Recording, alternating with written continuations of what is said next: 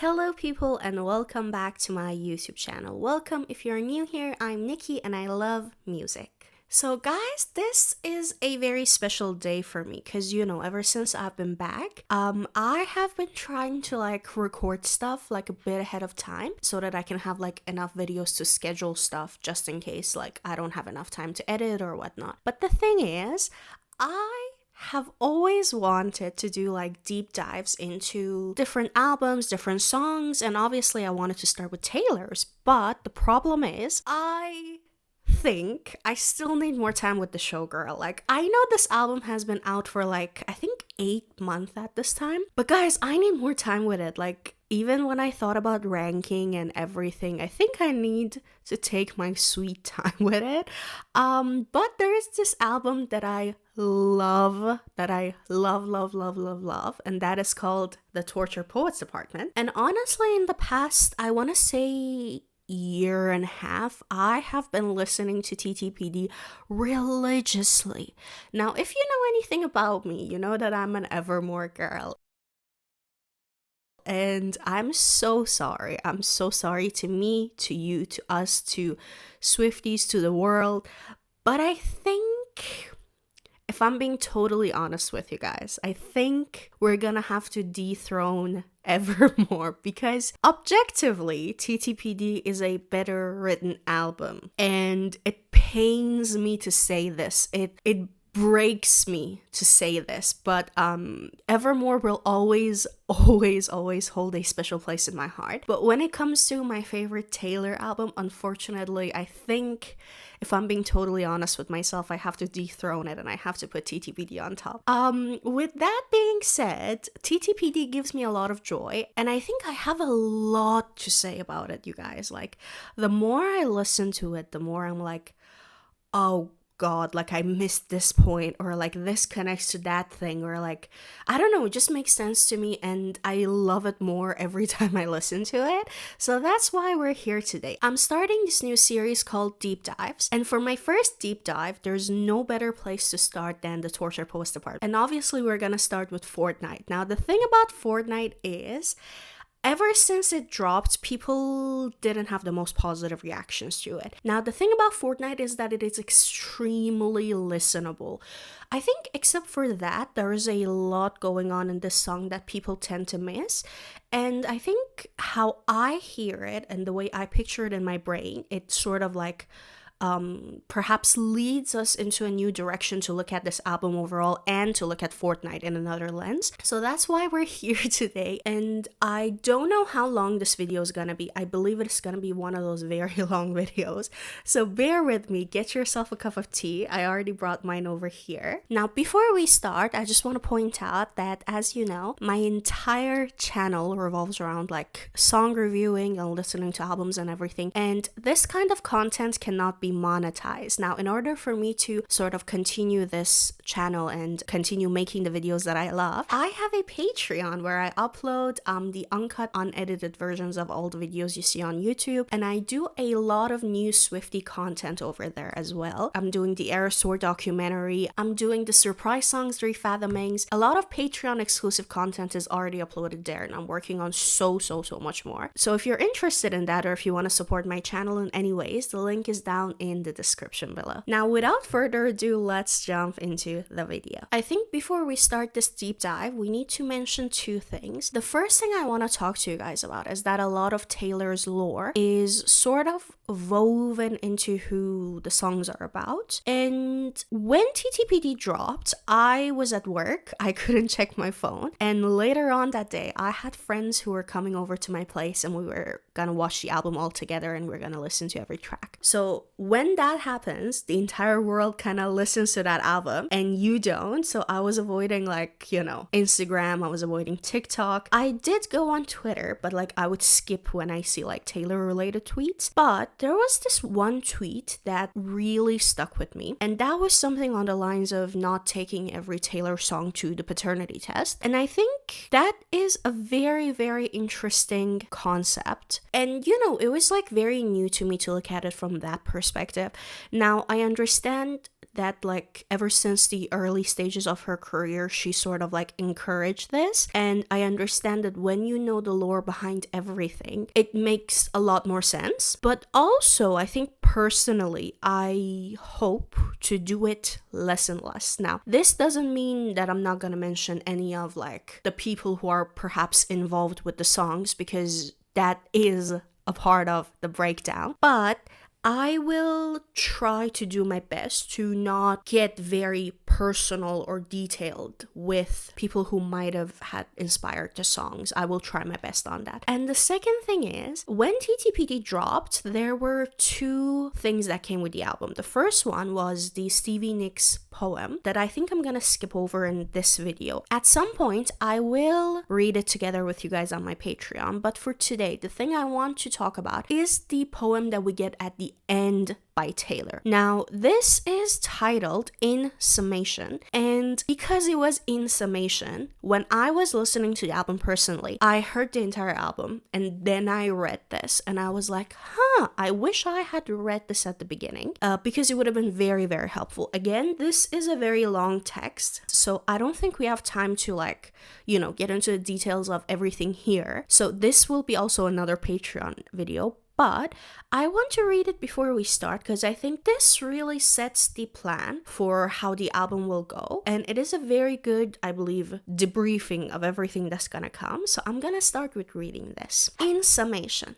At this hearing, I stand before my fellow members of the Tortured Poets Department with a summary of my findings, a detailed rewinding, for the purpose of warning, for the sake of reminding. As you might all unfortunately recall, I had been struck with a case of a restricted humanity, which explains my plea here today, of temporary insanity. You see, the pendulum swings, oh the chaos it brings, leads the caged beast to do the most curious things. Lovers, and lovers in the same font as Lover the album. Lovers spend years denying what's ill-fated. Resentment rotting away, galaxies we created. Stars placed and glued meticulously by hand next to the ceiling fan. Tried wishing on comets, tried dimming the shine, tried to orbit his planet. Some stars never align. And in one conversation, I tore down the whole sky. Spring spun forth with the dazzling freedom hues.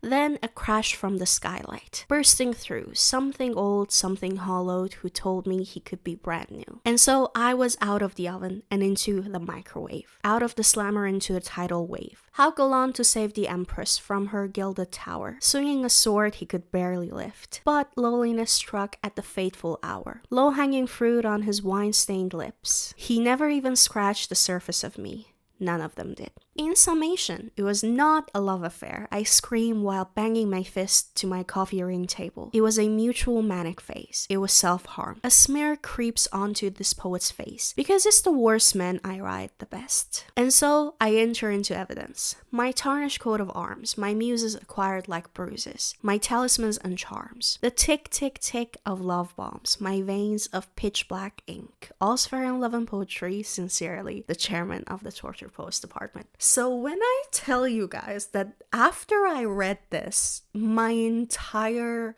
vision of like, because when you hear the album, especially like, I think the album dropped at I want to say around like, it was around maybe 3 p.m. where I live. So I had already knew that like there was a second part of the album. So like when I got home, my friends and I like, we got our food, we were eating, and then we started listening. It was 31 songs, you guys. So I had a lot of thoughts. I was like, okay, this is that, but I was very confused at the same time. The way this poem put every single thought into its folder, labeled it, and put it away in the cabinets, I was shooked, dare I say. So I want us to kind of like take whatever we want away from this. So something I love to do recently is to sort of listen to the last track on the album and then go and listen to the beginning track of the new album and see how they are connected. Now, when you think about Midnights, people will sort of like name different songs as like the last song. Some people might say Mastermind as the last track on Midnight. Some people might say it is Dear Reader, which is an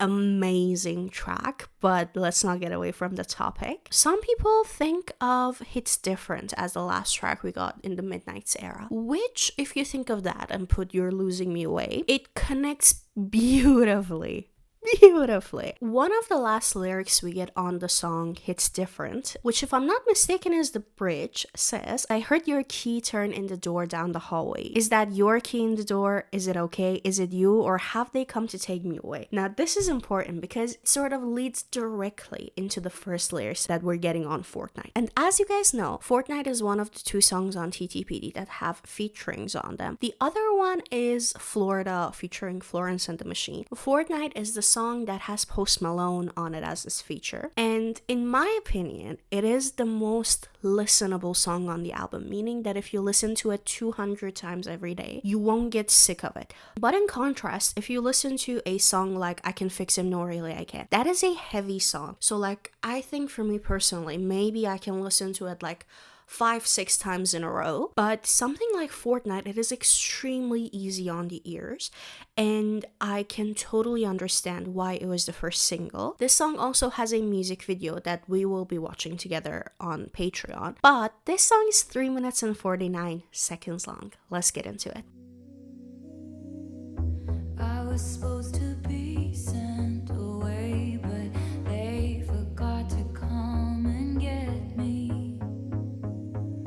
I was a functioning alcoholic till nobody noticed my new aesthetic. All of this to say, I hope you're okay, but you're the reason. And no one here's to blame, but what about your quiet treason?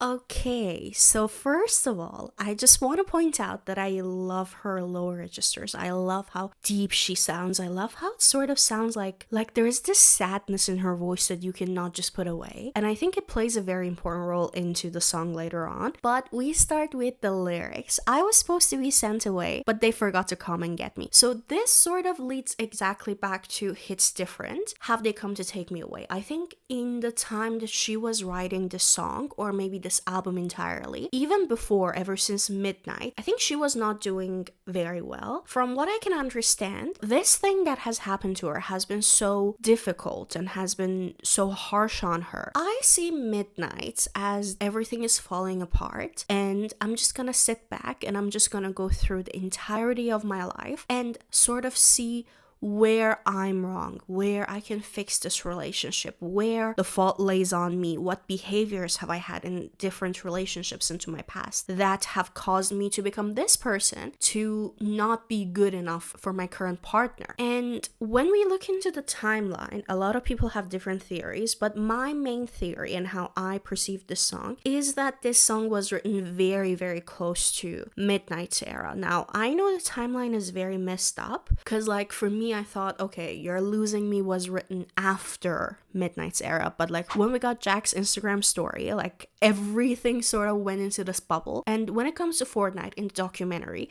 we have footage of her recording this song, and we have like a timeline of when she was in the studio. I think this was written like before, perhaps even the vault tracks of Midnights, whatever you want to call it. And I think this was one of those songs that couldn't have been recorded unless she would again sort of put her like folklore hat on and say this is inspired by the song or by this, I don't know, relationship, by this film, by whatever. It wouldn't be a good idea to release it because I think it shows a lot of what's going on. So coming back to the lyrics, I think at that point in her life, she was feeling at her lowest. And we have so many songs when it comes to TTPD or Midnights to kind of support this. For someone like Taylor to expect people come and take her away to a psych ward, I think it really shows how deep into the trenches she was. And even with the documentary, she mentioned going through 2 very harsh breakups back to back and how it really affected her. So it's very interesting for me that she says they forgot to come and get me. And I've seen people's theories on TikTok saying maybe she planned on going like into rehab or whatnot. Honestly, I don't think that's the case at all. I think this is just like her way of telling us how difficult this has been on her. And it leads directly to the next lyric, which is I was a functioning alcoholic till nobody noticed my new aesthetics. So we have a lot to unpack here. We know Taylor loves her wine, and we have had wine references references in so many songs. But this is very puzzling for people because if we're thinking of it, for us, it should be, okay, I was a functioning alcoholic till somebody noticed my alcoholism and like helped me out of it. But this is the exact opposite of that. The way I see it is that she is one of the most, famous people on earth. And she is putting on in this situation where she's saying, I have so many people around me, but even people who are around me, and even in the song like Hits Different or some other songs, we have references to her friends that either they feel Taylor is not involved in that friendship anymore, or Taylor doesn't feel like she can like be with friends because she is stuck in this relationship that she has so much to fix and she has so much to prove. And I think this is a reference back to that even though she has had people around her, either the relationships and the friendships aren't that strong for people to notice that she's going through a very, very terrible time in her life, or she has been so tucked away from society and she has been so hidden in her own bubble in the lavender haze of it all that people aren't even noticing that she's sort of like deteriorating and her mind is going away. And she is all alone and she's drinking, and since no one is coming to save her and no one gives a shit, she's like, oh, I have to do something about it. I cannot live like this. And I think the I cannot live like this part comes in the future in this amazing, amazing song, which is the second single out of this album. It is called I Can Do It With a Broken Heart. But for now, she's sort of describing that to me. The next lines say, all of this to say, I hope you're okay, but you're the reason. And no one here's to blame, but what about your quiet treason? Guys, when I heard this line, the way I was gagged, what about your, and the way she says it.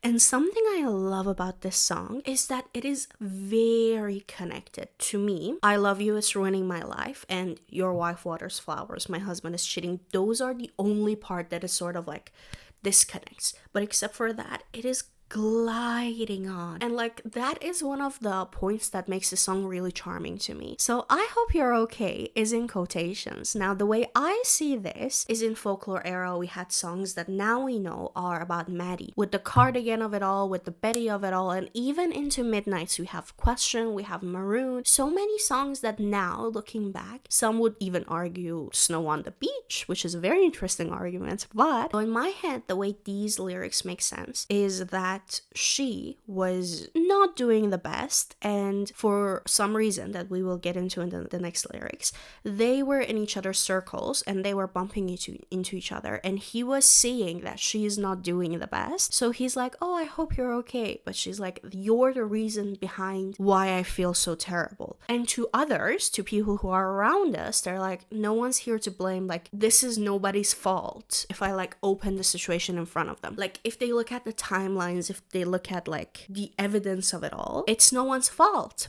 But what about this treason that I have felt from you? Now, some would argue that because we have the word treason here, maybe this was written after the breakup, of her being like, oh, you ghosted me, you left me, especially when it comes to the word quiet treason, like you left without saying anything and now I'm stuck here and this was a treason. To me, I think the treason here will be described in the next lines, which we'll get into. Reason. And for a fortnight there we were, forever running to you. Sometimes ask about the weather. Now you're in my backyard, turn into good neighbors. Your wife waters flowers. I wanna kill her.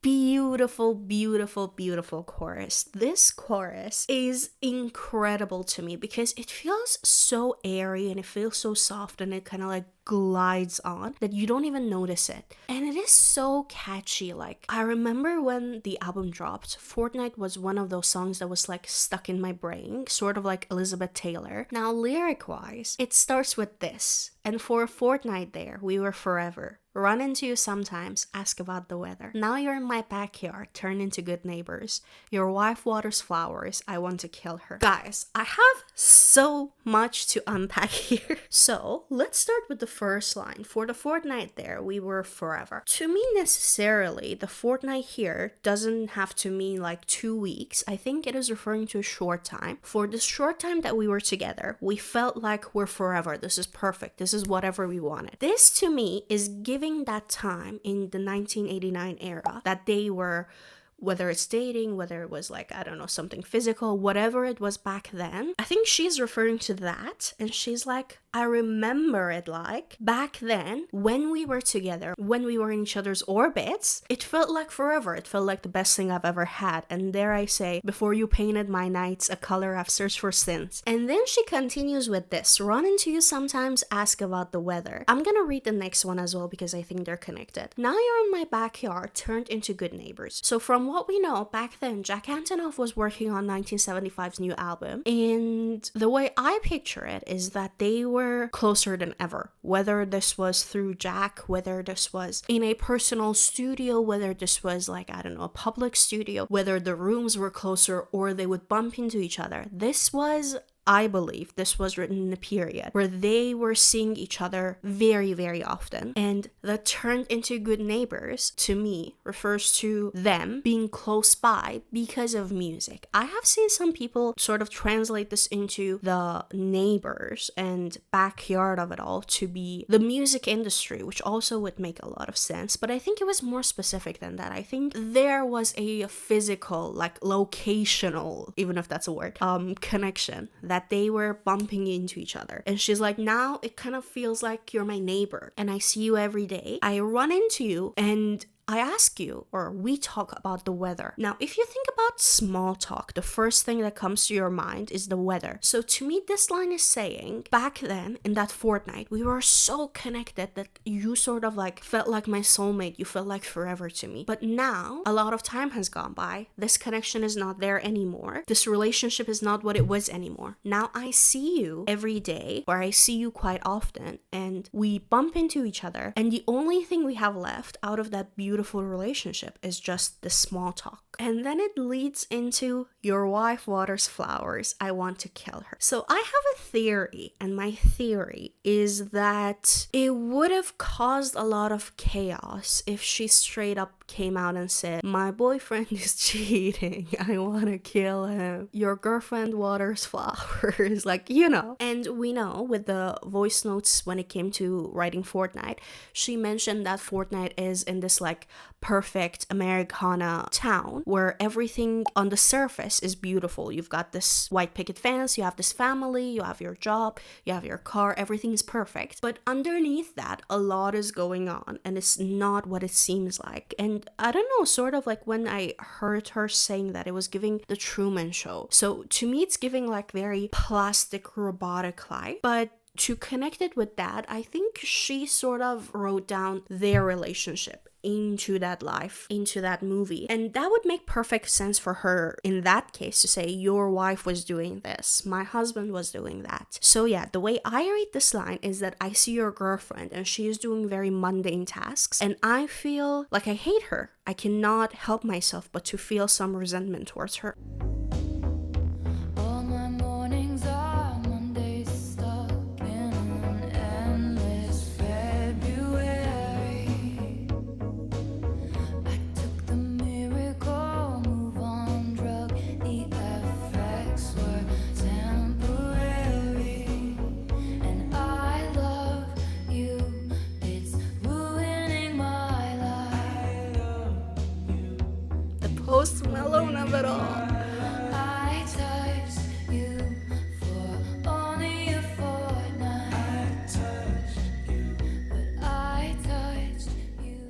So this is our second verse. Now in my head, when I heard it, the I love you, it's ruining my life, that felt like a refrain, but it is a part of the second verse. We start with this beautiful lyric. All my mornings are Monday stuck in an endless February. If you think about your week, the day that most people hate is obviously Mondays. And if you think about one of those months that, like, with all due respect to you, if you were born in February, it is not the most beautiful month when you think about it objectively. To me, February is very cloudy, very gloomy, very dark. So this is very self-explanatory. Like, all my mornings every day feels like the worst day of the week in the worst month of the year. So like every day feels horrible. Every time I wake up, I feel like shit. basically. Now, the next line is very, very important. I think I have seen a lot of discourse about the song. I took the miracle move on drug, the effects were temporary. And I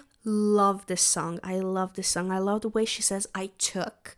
And I love how beautiful it rhymes. The like February and temporary, like, oh my god. But except for that, I have seen a lot of discourse about this lyric specifically. I've seen people arguing in both perspectives, saying that the miracle move on drug was her relationship with Maddie Healy. But that wouldn't make any sense because that would change the perspective of the entirety of the song from Maddie's to Joe's. That would be like, or whoever the song is about. Perhaps the shorter relationship to the longer relationship. That she's like, oh, this shorter relationship was my move on drug, but it didn't work because my long-term partner, I love you and it's ruining my life. So the way I see it and the way I sort of make meaning out of this for me is that her miracle move on drug was every time she put in the effort to fix the relationship, because from what we know now, her relationship with her longer relationship had a lot of ups and downs. So perhaps she's like, I tried so hard to move on and come back and fix this. Move on, and I'm like, oh, I can come back and fix this. I can fix it. No, really, I can. And the effects were temporary. It helped me for a little while.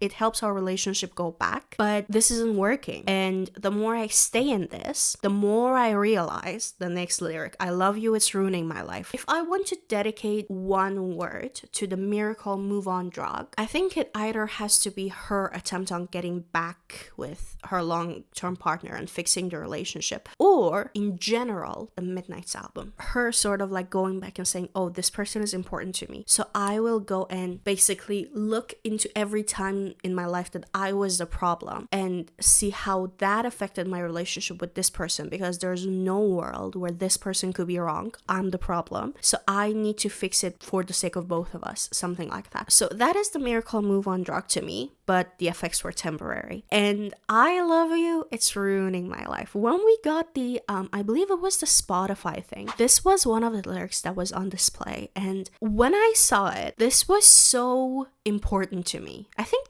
even like Taylor Nation posted this. This was such a beautiful lyric to me, but I was like, how is she gonna make that work? And I was gagged by how she made that work, actually. And I think this is the insanity part. This is her saying like, I have tried to go past through our relationship so many times. I have tried to look away from the fact that I'm still in love with you, and I've tried to move on with the right person. The effects are temporary, just keeps falling through, and whenever I look back, I'm like, the only answer that I wanted to get out of doing this album and out of looking back into myself, the only answer is you, and this is ruining my life because this is what is repeating in my head now that I'm so lonely. And I touched you for only a fortnight. I had you for a very long time in my life, but I touched you. The second touched you, I think, is not the physical touch. Even I think the first one doesn't necessarily have to be the physical touch, because from what we can gather from Guilty as Sin, there were no physical relationship. Not that it's any of our business, but this is how I see it. And the second touched you, I think, is like when you touch someone's soul, when you have an effect on them, when you change something in them forever. And she's like, I have touched you. I have put a piece of my soul into you.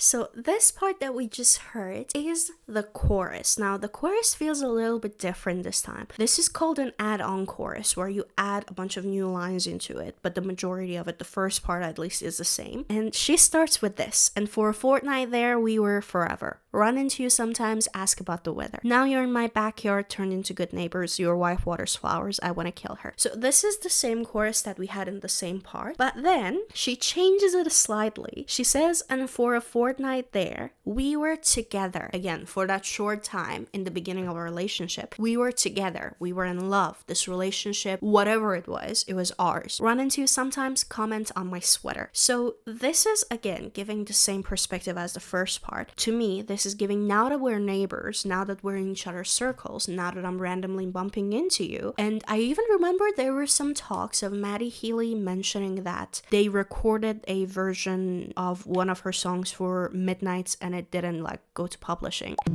Yeah.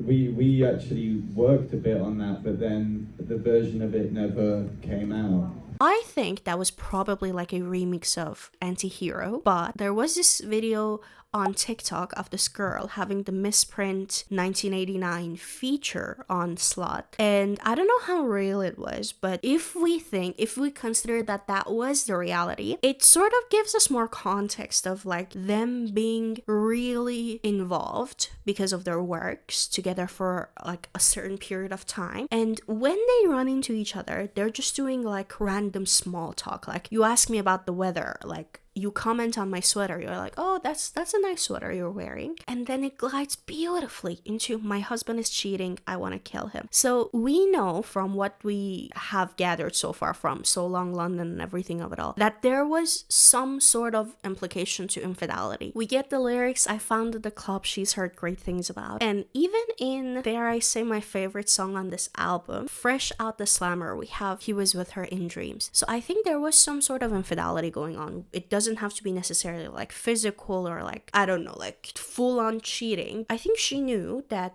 whoever the muse is had some sort of feeling for another person. So she's like, okay, now I run into you every day. I have looked into my life and I came to the realization that you're the love of my life. Dare I say, LOML. And you have a girlfriend. I see her. She's like, even when she's doing like very mundane tasks, I'm like, I hate you. And then I have a boyfriend who's cheating on me and I hate him. And when I run into you, you don't show me the signs that this love is what it was. Like, you're not showing that this was the thing that changed your life, like you were a cowboy like me, you know. We're just talking about random stuff like the weather, my sweater, everything that's going on. And this is ruining my life because you're the most important person to me. I love you, it's ruining my life. It's ruining my life. I touched you for only a fortnight. I touched you. I love you, it's ruining my life.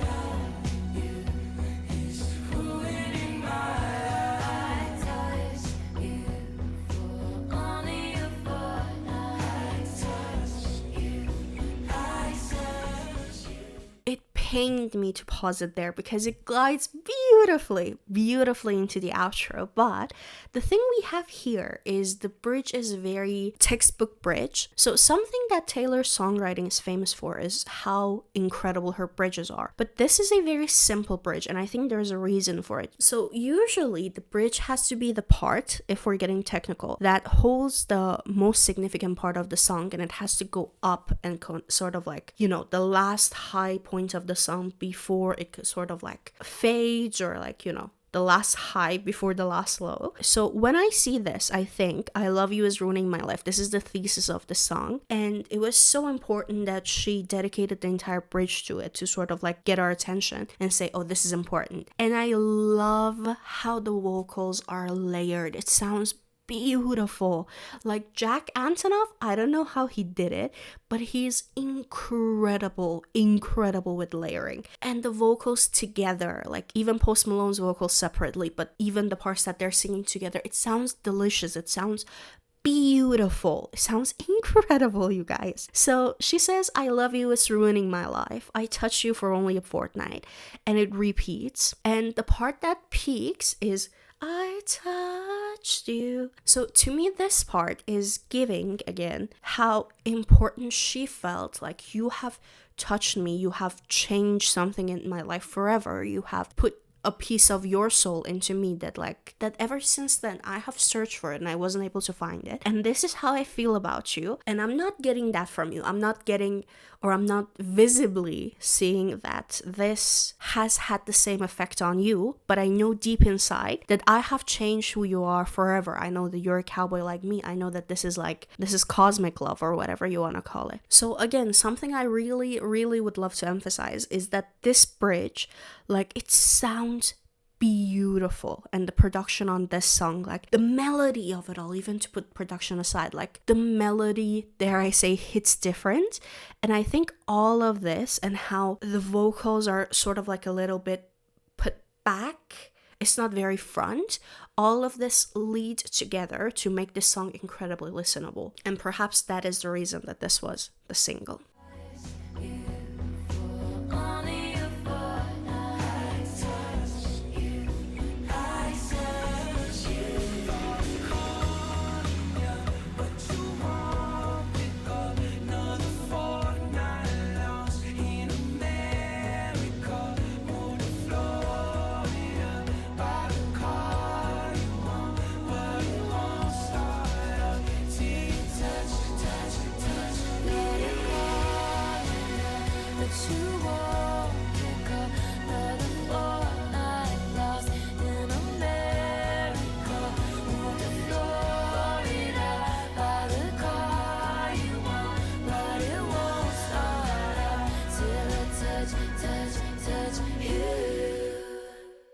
So that fade sounded delicious. That fade sounds phenomenal. This is a short outro, but I think it packs a lot of lyrics. So this part is the part that really confused me at the beginning. Even now, I don't think I have 100% grasp on what I believe it actually means. Post Malone starts with this. Again, we have Taylor's vocals like somewhere back in there, but it is mainly Post Malone singing. Now, I believe if you have watched the music video, I think Post Malone represents both, dare I say, Travis and Maddie Healy. The way I see it is that when he's with all the tattoos, that, you know, we have this image of her having all the tattoos on herself, sort of like, I have a piece of you in me. I think that represents the muse that she was with for the Fortnight, for the shorter time. And I think where he is without the tattoos, he's holding her and everything, I think maybe that could be representation of maybe Travis, or perhaps like the partner that she had for a longer time. It sort of makes perfect sense to me that Post Malone, aka the Fortnight, would sing this line, thought of calling you, but you won't pick up, another fortnight lost in America. So now she sort of dives into his perspective. And I think there was this interview that I will put on the screen of him saying that he tried to call her, but maybe she has changed her number. So I think now that we're getting his perspective finally, he's like, oh, I have had many times that I thought of calling you. I thought of like rekindling or perhaps even talking. I know you won't pick up because on surface, what I'm seeing from you is that you're in this relationship that you're very happy about. And another fortnight lost in America. And now that I'm in America, now that I'm in your area, I'm in your city, I feel lost here. I'm spending time near you. I'm spending time with you. And it's reminding me of that fortnight that we had together. But because it's not the same, it sort of feels lost. Again, just to be honest, I don't think I have 100% grasp on what's going on in this part. I have different scenarios in my mind. But this would make more sense to me, considering the first part. Move to Florida, buy the car you want, but it won't start up till you touch me. So he's like, so to me, this is giving that I have moved my entire life and I have came to your area, whatever you want to call it. Whether it's the backyard, whether it's that Truman, the white picket fence, whether it's that perfect city in America, whatever it is. And this buy the car that you want is very fascinating to me because in I'm Gonna Get You Back, we have the bicycle reference of it all, which we know is very important to the work of 1975. So I think maybe this is him sort of saying, back then we couldn't be together because I didn't have my life all together. Now I have the tools to get my life together, but it is not working because you are not there. But it won't start up till you touch me. If I don't have you or that piece of my soul that calls for you, my life wouldn't feel perfect. This white picket fence, this perfect life. On surface, it is perfect, but when you look into it, it is not the best life because I don't have you. And I think this is how she thinks he probably feels. And then we get Taylor's perspective. You know how in like movies you have like this shot of like the image sort of like split in half and you have her POV and his POV? I think this is that to me. And although they're separated, because you're a cowboy like me, because you're like my perfect person, because, you know, I love you, it's ruining my life and everything. Although we're separated, we're living the same life and we're feeling the same things and we're saying the same things. Even for me, I'm thinking of calling you, but you won't pick up. Even for me, I think like you're the only thing that's missing from my life and I want to rekindle this, but I don't see you wanting that for me, so I'm not acting upon it. And I love the lyric change at the end. It won't start up till I touch you. So she's like, the only thing that is missing from your life is me, and the only thing that is missing from my life is you, and together we can be this perfect person, but it won't start up till one of us acts upon it. And with that being said, this was Fortnight. Now, I need to mention this again because I have to. I think Fortnight would be one of my top 3 favorite songs on this album because it is such a listenable song. I think last year it was my most streamed song on either YouTube Music or Spotify. I don't remember. I use different platforms for whatever reason, but except for it being very listenable, it is a very, very beautiful song. And I think the more time passes, now you're hearing people saying, oh, I like Fortnight. I think I finally understood Fortnight. I think I don't get it, but I love how it sounds. So like, and I'm really happy to hear that. And I think when you think of an album opener, it should sort of set the stage, set the entire scene for what's about to come. And I think this is a very, very good start. From what I have gathered, from what I think is going on, I think this sort of explains everything that's going on in the main part of the album, or like majority of the songs that are about to come.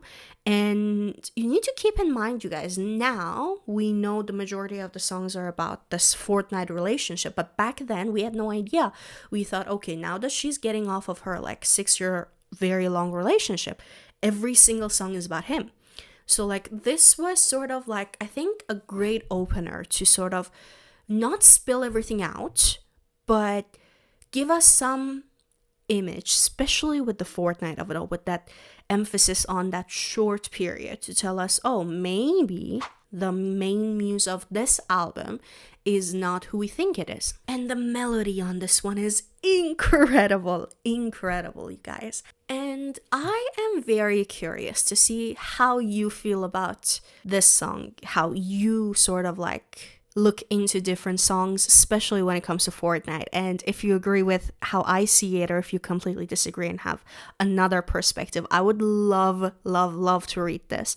I will be looking forward to your comments down below. I'm gonna read every single one of them. And I hope you liked today's video. I try to not get very technical when it comes to the songwriting of it all. I try to like use my Swiftie brain more than my songwriter brain. But overall, I'll be very happy if even one person sort of like looks differently at Fortnite. And with that being said, thank you guys so much for watching this video. From now on, every week, I will be posting a new deep dive into TTPD songs and perhaps newer albums. So if you're interested in that, please subscribe to my channel, like this video, and tell me what sort of videos you'd like to see from me in this channel. And there will be a lot more on my Patreon if you're interested. Thank you for being here. I hope you have a beautiful day wherever you are, and I'll see you in the next video. Bye!